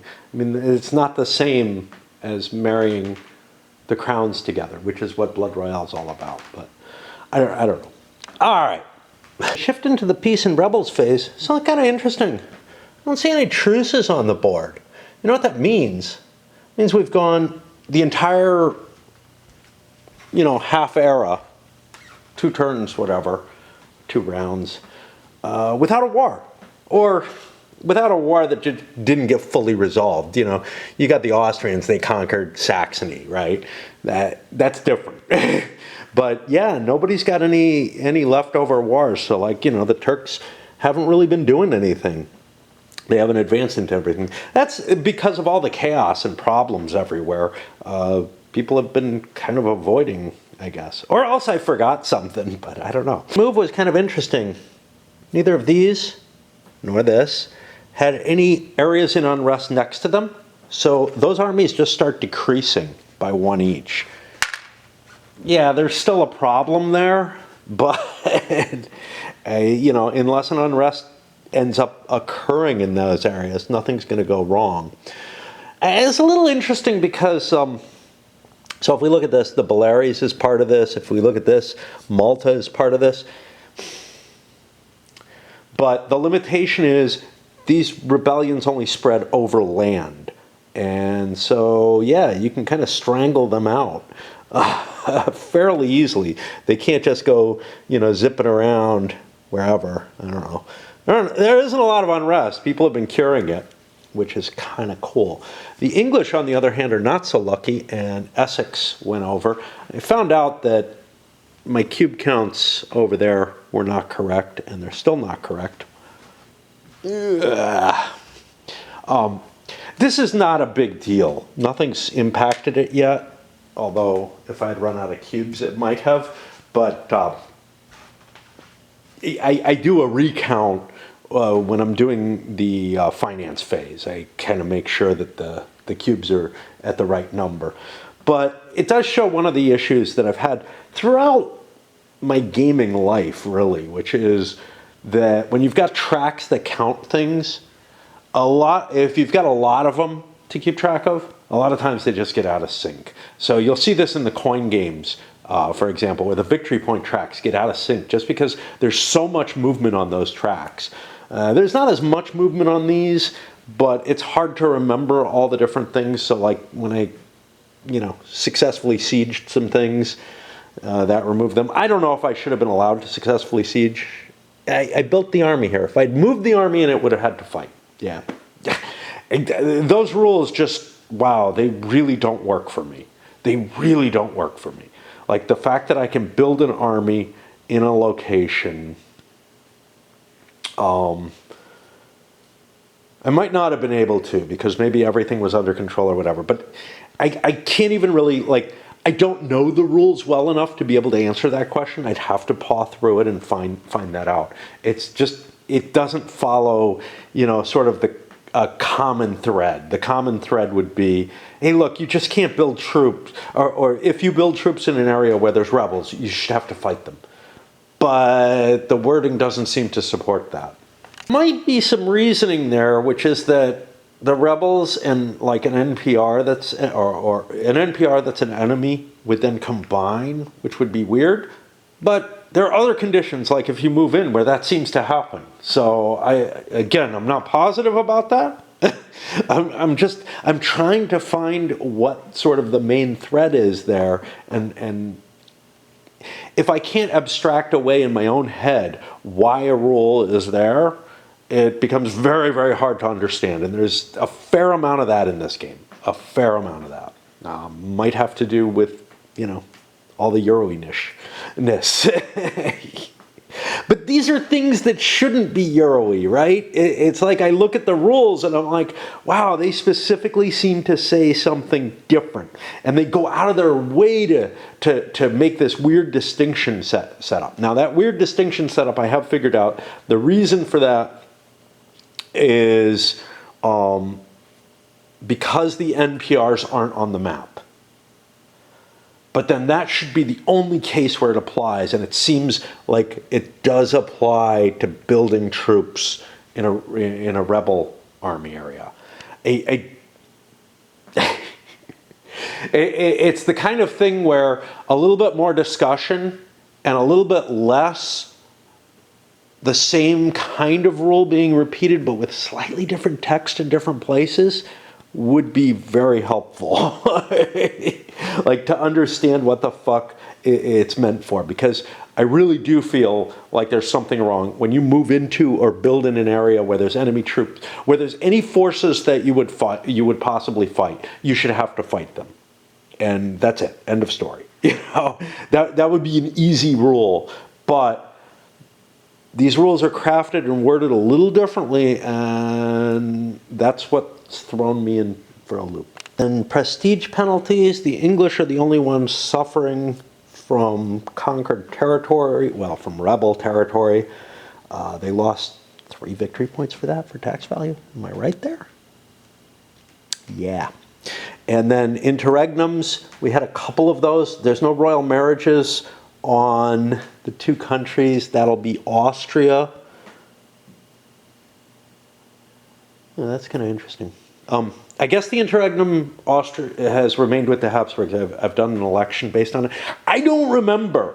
Like, it's so easy. Again, it's the special cases here of the empire and the papal curia. It's really hard to remember who, when stuff that happens that is treated normally everywhere else changes, and in particular here it's the empire. I don't remember if the interregnum happened this turn just at random. Whatever, I think the Austrians would be holding it, but I don't know. Certainly when they put a new ruler in, there will be an election issue.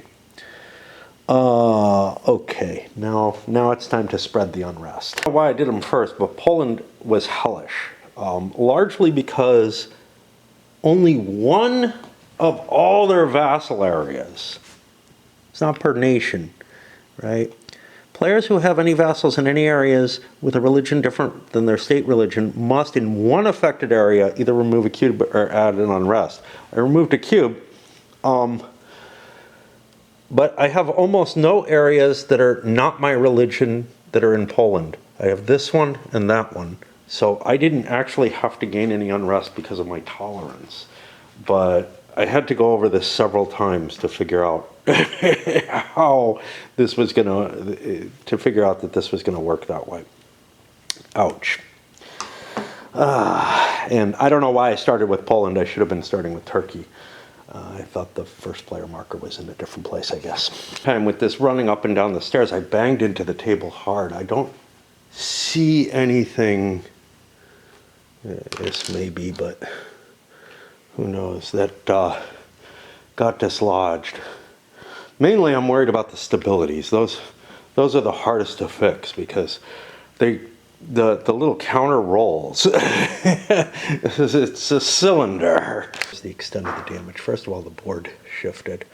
But secondly, this boat fell off, which is not a big deal. I don't think anything else of importance happened, and that's not too important.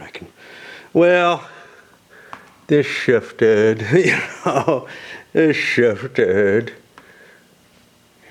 Maybe I had them kind of, I don't know. France needs tolerance badly. I just need 3, 4, 3. Plus I had to blow a cube, but. Oh, wait, Burgundy is too. Oh, shit. What is this? That's my claim to Burgundy. Ouch. Yeah. Yeah. Tolerance isn't at all. I need to go Protestant, man. I think France is just fucked. As long as they're Catholic. The country is Protestant, all except down here. Spain's in just as bad a position, just everything getting swept aside. This counter-reformation, maybe we didn't want it to succeed because we're really looking at, yeah, we maybe just need to go Protestant as well. I just can't hold on to my stuff. It's, maintaining my country as a Catholic country with Protestant population is just not possible. How did England do it? How did they go Protestant with no Protestant areas? I don't know. The solution for Spain and France may be to go Protestant, just because it's easier. For Austria, it's more complicated because my country is actually pretty much split. Of course, I'm not getting that many Protestant unrest markers. I got like 2 of them from what I can tell. And Hungary's a vassal, but then I've got, stuff in these places. I think the wave of Protestantism is going to force Austria to have to go as well. But we're kind of not happy about the Counter-Reformation, if that's the case. Oh, now where are we? No one's at war. Some people are at low stability or high stability, though. Rebellion over here. They also lost southern Morocco. Wait, it's a gold thing. Those can be dangerous, right? The English actually regained London here, and York for that matter, in terms of quelling the unrest. Poles, Königsberg switched over. And we already lost. Yeah.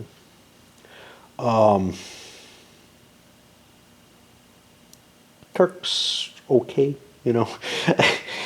But there's this constant drain. Even if you don't get a rebellion that causes real problems, there's this sort of just, you're losing cubes, you're losing money. When it comes down to it, you lose money. But you may lose more important things first, like troops from the board. Well, you lose troops there, but if an army revolts, you lose troops on the board and stuff like that. And it's just a painful situation that kind of occurs. So yeah, are we done? We are. We're on the income and upkeep phase. I gotta go pay some attention to raid. I've been bouncing up and down, but it's well past the turn of the day for me, and I'm in the midst of an event that I got to pay some attention to. But yeah, you know, if you can't get control of your unrest situation, and the worst way it happens is basically the religious unrest that just spreads it everywhere. You got real problems, and therefore I think France must go Protestant. I don't think they have a choice. Paris is no longer worth a mass. Paris is worth the opposite because it's deeply in Protestant territory. Well, actually, this isn't Protestant yet, so there's some connection there. But yeah, I mean, it's ugly. And Spain, there's that, which is just a problem no matter what. And then the fact of the matter is, these areas are Catholic as well, as are my vassals over there. It's just this nastiness happening all over me. And for Spain, it's probably not that big a deal. My stability is already at -3. For France, I've been keeping my stability up. Turkey's not going to go Protestant. Austria, stability's all the way down. England's, it's almost down. It's a painful thing to choose. But, and it takes an action if you don't do it during the rebellion phase. But it doesn't take any cubes, I think. So, you know, it doesn't really cost you anything unless you have a shitload of cubes, and you probably don't have a shitload of cubes if you're in the midst of a massive rebellion. I don't know. These guys look like they're going to produce a lot. Maybe. I don't know. I think that, wow, it drains your resources so much that you don't have resources. And that's part of the thing. France and Spain have been strong enough to kind of piddle along and fix their problems. Same with Turkey. But you can't do anything else once the unrest settles in too deeply. That's a big plus, and that goes for the computer game as well as for this representation over the original game. The original game did not have regional Protestantism or regional religions, and I feel like that was a big misstep. This really covers that so much better. The spread and the changing of the religions, the markers, the fact that governments can go in and actually intervene and try to fix the situation, the infectious nature of Protestantism and counter-reform. I think it's all brilliant. It really, really works well. I'm sure that's all taken from the computer game, but it really presents, you know, it's almost like what I want is a fusion between this game and the original EU. I want something that handles the details of the original EU, but honestly, this thing does stuff that they learned from that, you know, in the iterations of the computer game were learned. As, hey, you know, that really shouldn't work the way it does. Because the first edition of the computer game was almost, it was basically, let's translate EU into an RTS. Let's do what we can to do it. While this is a translation of the RTS into a board game, but a more Euro-ish board game. It's real hard, you know, I can't say I like this better than that overall. Both do something that I think is really appealing, though. And it's really nice to have, you know, multiple games on this kind of subject matter. You know, I was happy enough with like EU and throw in something like Here I Stand, which was a playable and fun version of it was basically a replacement for the old Mighty Fortress. Mighty Fortress sucks. Honestly, it just sucks. It had me so excited when I looked over it, you know, what? Jesus Christ. 30 years ago, 35 years ago. Oh, fuck, I'm old. Into the income phase, I do the Turks. They had too much money and started accumulating debt. And it's enough that, you know, they could pay off the debt with the excess, so it's not worth taking less money. Of course, in the race for cubes, having an interregnum is bad. going along with bad stability just all works out terrible. I only made about $8 with the English. Did manage to get my fleet into port though, so those heavy ships are repaired. They've been rotting at sea for quite some time. Although badly in debt and sitting on an interregnum, is not in as bad a position as some of the other powers. Well, in particular the English here, but I'm guessing the interregnums are pretty bad. Well, they really affect the English, but they're not as bad for Austria because of the Imperial Authority gives me 2 extra cubes, the papacy gives me an extra cube, so I have stuff I can do. I don't have much money, don't have much opportunity to gain money outside of the income phase either. Trade is not easy, especially since I no longer have my navy that I used to have down here for the Adriatic Sea. But yeah, I checked my troops. I get additional troops for that as well. The papal curia, absolute control, is worth like 3 points for me still, because players aren't going Protestant. They really need to. Austria's in the lead now, actually.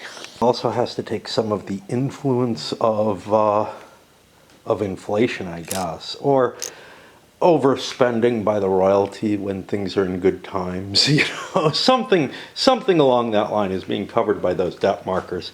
But again, too much money. Now, if I had the National Bank, it would be scarier, because then those debts cost more. The peculiar little problem of my setup is that the rules fit fine over here. They don't fit over there. I have to put them up there. But the player who gets the weird stuff is all the way over here where the rules don't fit. So it's harder for me to remember some of the stuff based on that. Anyhow, I am up to the board and status map cleanup right now. And nothing too exciting there. I got an extra Imperial cube. Somehow Imperial power went up by 1, which is awesome, but at least for Austria. As always, I'm going to jump ahead. We're at the halfway mark for this era, but I'm going to jump ahead and draw the cards so you have an idea of what's coming in the next half of this era. Decline of the Habsburgs. Uh-oh. Name foreign heir. So this is Charles II. Oh, is he good? He is basically an interregnum. Castile, Spain must offer royal marriages to 2 opponents, and if any accept, must offer an alliance to one of them. All of Castile's, Spain's alliance marriage partners gain a claim to an area adjacent to Castile. That could be Castile itself. And I think that's probably what it represents. You gain 2 military. Interesting. So this is a particularly exciting thing for people who are doing poorly. So England might expect Spain to offer things to them, and maybe to France as well. Name no heir. Castile, Spain loses 2 prestige, 1 stability, and 2 diplomacy cubes, and gains unrest on 5 non-core provinces. Ouch! Now, of course, you have to have non-core provinces, but part of Andalusia is non-core. Obviously, Morocco is not core, and the Dutch areas. So, yeah, not good. And that comes with an excellent ruler. And of course, so Castile probably doesn't want to pick the no heir one, and they might leave this up to someone else.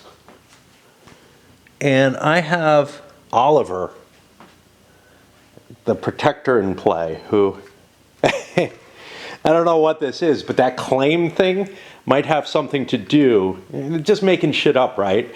You know, trying to add some story to this. But Oliver there has been sort of a revolutionary government of some sort, which means this might be an attempt to put the royalty back in play. Okay. Decadent government. All players with constitutional monarchy, that's no one, gain 2 admin.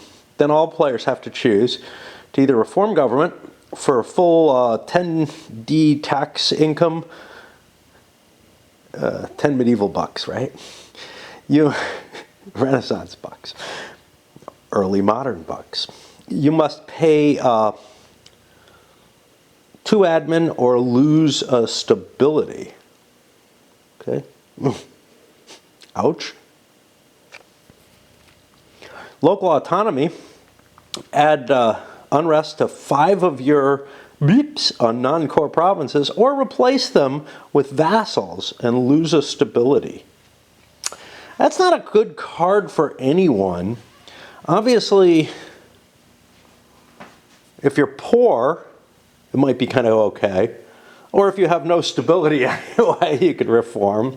On the other side of it, though, if constitutional monarchy comes up, that might be worth it. And it might be in here somehow. Disputed succession. This is what the Charles II. Pick an independent realm with 1 or more royal marriage on it, and flip whatever marriages there are on it to the disputed.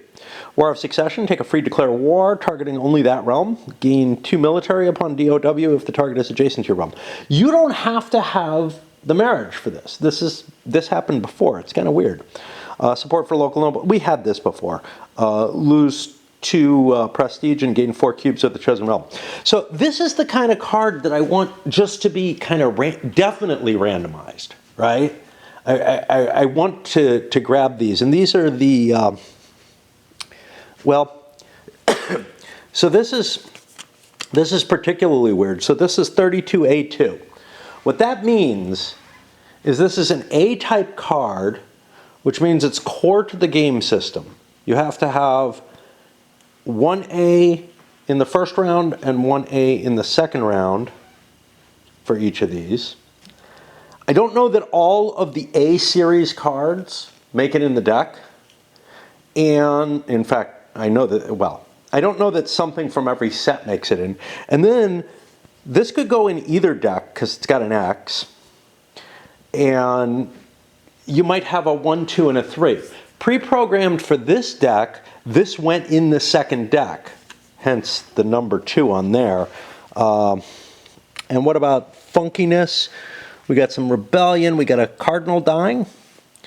We've got a couple of deaths already scheduled here. And obviously Charles. Okay. Wow, that was loud. That is the end of the first half of the Third Era. You know, I got something I'm playing after this, but I am, even though I've got tons of things that, like, some of them new and fancy and exciting, like the Levy and the Campaign and Levy series. I've got my Talavera that I still haven't played. I think the last scenario of it, the Talavera scenario itself. I kind of really want to go back and play this again. This is the same feeling I had with a couple of things about a year ago or so. One of which was what I've mentioned before in this series, that Stellar Horizons down there. The other one is the one right above it, for very different reasons. Stellar Horizons I really enjoyed, and I just wanted to play it again. I don't think I would have learned anything from playing it again. This one I feel like I would learn something. I would tweak the rules, try to make it more the game that I want with more randomization and everything in it. Part of me is tempted to say, let's just play it with all bots. That's what I used to do with the old Medieval Lords computer game that I was talking about. For invasions, I want to figure out whether the game's playable and, you know, whether I can make a game out of it at all. Like, it's sort of the spectrum of things that I'd like to do. And all of them draw me in and say, I want to play this again, right? This is closer. So somewhere between this and Invasions is where I felt about the original EU and maybe La Grande Guerre. Wow. And certainly La Révolution Française, much, much smaller game in that case. Also an AWE game. Got it down here. These are games that have reached all AWE, that have reached 10s in my book. Not because they're perfect games, but because they draw me back again and again to tinker with things. In the case of EU, the original EU, the events are so fucked up that the game doesn't really work. And I got the Aristo events, and also the victory conditions are so fucked up that, you know, Russia can't win, or Portugal and Russia can't win. La Grande Guerre never plays out in a way that feels like World War I. All these little subsystems and everything that are all really complex, they just don't quite fit together. And I'll tell you this much, you get a similar result out of, got it here somewhere, wow, I got a lot of World War I games, don't I? Balance of Power, which uses a very similar mechanism for casualties and whatnot. It's sort of a buffed down, lighter La Grande Guerre. In both cases, I feel like there's something fundamentally wrong. The casualties numbers seem right, perhaps, right? I mean, you're assuming that they seem right when you grind them out, but then the recovery numbers seem right, but the amount of troops that you have, you know, on the board at the end of a turn, it doesn't match what the scenarios say you should have. And I don't know if that's me, but my analysis is that that's the best way to play the game, is one person should be grinding the other person down wherever they're weak. Very much like in another game that's on World War I, which is The Great War by Rand, which also comes out completely wrong. And I feel like La Grande Guerre comes out closer to right because of the way the victory conditions work, and honestly, Balance of Power does too, where, you know, Russia has some capability to survive. Why am I talking about this here? Well, why not? Yeah. So in a sense, most of the games that really draw me in, like Stellar Horizons, I really enjoyed. I knew I made some mistakes. I would have liked to have corrected those mistakes that I made, played it with the right concept from the beginning. But that had less of a draw than these very, very broken games, right? But this one has an interesting thing. I don't feel like this is a broken game at all. I do feel like I made a lot of mistakes. I made some rules mistakes. I made some playing mistakes that I would like to correct. But much, much bigger, I see something I want to do with this game, right? Kind of reminds me of Empires of the Middle Ages in that way. In terms of like, ooh, I think I can make this work a little better. It's not that there's something broken, it's just not matching exactly what I want it to do. And it will never match exactly what I want to do. Don't get me wrong there. It can't. But if such things existed, I would perhaps create games. But instead I look at what I start to create and I say, no, that won't work because of X. And then I don't have a solution for X, so whatever. Or more often, I'm just too lazy to even get to that point. You know, I sketch out some broad ideas and then give up. But getting those cards to work correctly, the biggest thing I think for me, and the thing I'm most tempted to do, is to basically make another counter set. So that I can play with that seventh player. Because I actually think that the game will work a little... First of all, I want Russia. You know, I have this Eastern map. I want Russia in it, man. I don't want 6 players. And that would be one of my biggest pieces of advice to the company, is sell a complete set of deluxe pieces, and maybe other, but I don't know. I don't think you get... I don't know if you can get the Eastern map without the deluxe pieces, right? Sell another set of deluxe pieces, which shouldn't be too hard, because honestly, these kind of things, well, so the counters, they'd have to make the counters, but the little wooden pieces, you can actually get pretty easily. The plastic soldiers, whatever, maybe not so much. In a new color, I don't know what color, pink. We don't have pink. I don't know. Orange isn't on here. Orange red can be kind of hard to see though. I'm just trying to think. You definitely can't use black. Orange wouldn't be a good idea for this because of those. Maybe, I don't know. It might. Yeah, it wouldn't be good. But yeah, you could do it in pink or some other color. Maybe a pale blue. Pale blue would be easily distinguishable. Actually, the blue is so dark that it's kind of indistinguishable from the black as it stands. So. But yeah, you could get away with selling another set to people like me, you know, something like, you know, the plastic tray, the pieces in it, these two cards, although those are easy enough to make. This thing, you know, all the wooden pieces and the extra few cardboard pieces could probably fit in something. The cardboard pieces are the hardest thing, but you know, something like Game Crafters could do it, whatever. I actually considering, you know, do I like this enough? Can I figure out how to set that up on my own? Another option, obviously, though, is, I don't know, you know, I have circular counters that I could use. I certainly have counters for everything else. Little boats and stuff, maybe I can figure something out. But yeah, I feel like, you know, the game would be so much... one of the easiest things to fix in the grading campaign is to just produce that extra set of pieces. And that would be a big boost. But yeah, I'm very tempted to come back to this and play it again.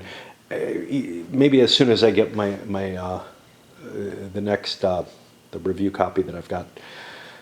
It's been sitting around for a month since I started this, but I told him that it would be a while before I did it. And it's something I've covered before, but anyway. All right, up it goes.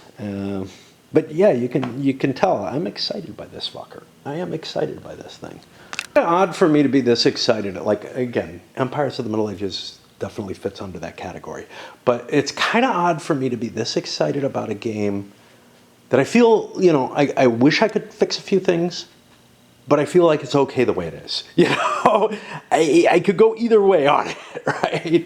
I don't feel that way about the AWE games, any of the three that I mentioned. Every single one of them, I feel, needs massive interventions to fix it. One of the big things with La Révolution Française was, am I playing it wrong? Let me just keep playing it to see if I can get reasonable results. Well, it turns out you can't. Much like Europa Universalis and La Grande Guerre. Invasions probably suffers from the same thing, given that it's by Thibault. He's the guy who wrote both EU and La Grande Guerre. So, you know. I counted on that being a mess. I didn't count on it being Britannia. I didn't count on it being... So there's an interesting story, because there's another one that's a mess that I don't like anywhere near as much. I'm not as attracted to as Hispania. But it is a Britannia game, or a style game. But it was the most complicated of the Britannia style games, and had some real problems with it. That is not by Thibault, but it's an AWE. AWE seemed to have kind of the attitude of, well, it's okay if the game doesn't really work. Maybe somebody will figure out how to make it work. Which is what happened with EU. Somebody came out with a set of better events. They still didn't fix the victory point system and stuff like that, but you know, the game was enough to make you want to do that. But the victory conditions for Hispania are absolute garbage. They made them up from nowhere, and I feel like the same thing is true with invasions. It's a pity. I wish somebody, you know, I wish Thibault would learn to bring somebody in who is able to develop his games. Because he's got fantastic ideas, although I don't know how much making Britannia even more complicated than it is in Hispania was a great idea. but there is something to that game that's very attractive to me still. And I don't know. This one, Yeah, I mean, this is playable. This is playable and good enough as it is. Anyway, I'm giving you the goddamn review way too early, man.